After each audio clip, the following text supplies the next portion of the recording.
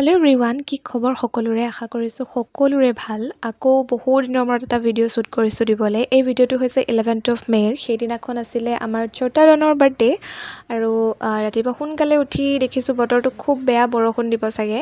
তাৰপিছত সিহঁতৰ যিহেতু স্কুল আছে সেইকাৰণে ৰাতিপুৱাই ভাত চাত খাই লৈছে আৰু স্কুল যাবলৈ, আৰু কাষতে তাৰ ফ্ৰেণ্ডছক দিবলৈ বস্তু আনিছিলে যে সেইখিনি আকৌ লৈ আছে, মানে ক'তো থ'ব নোৱাৰি, সি দেখাকৈ থৈ দিব লাগিব। আৰু সিহঁতে স্কুল যোৱাৰ পিছত মই বনালোঁ কেক, আৰু কেক বনাই সেইদিনাখন সোমবাৰ আছিলে কাৰণে মন্দিৰ গ'লোঁ সন্ধিয়া সময়ত।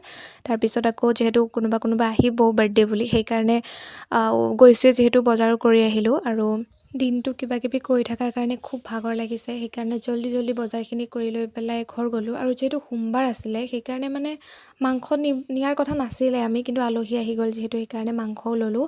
আৰু আমি নোযোৱালৈকে যিহেতু কেক কাটা নাছিলে আৰু বহুত দেৰি হৈ গৈছিলে, সেইটো কাৰণে মই গৈ পেলাই জল্দি কেকটো ৰেডি কৰি দিছোঁ, মানে বস্তুখিনি ৰেডি কৰি দিছোঁ।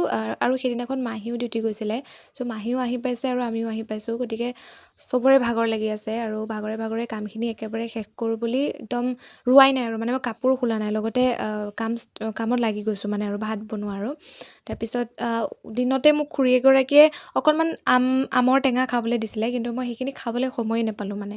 তাৰপিছত সন্ধিয়াহে খাইছোঁ, আৰু ইমানেই কামত লাগি গ'লোঁ আৰু ভিডিঅ' কৰা একোৱেই নহ'লে। চ' কেইটামান মই ফটো লগাই দিছোঁ। আজিলৈ আহিছোঁ, অন্য ভিডিঅ'ত পুনৰ লগ পাম।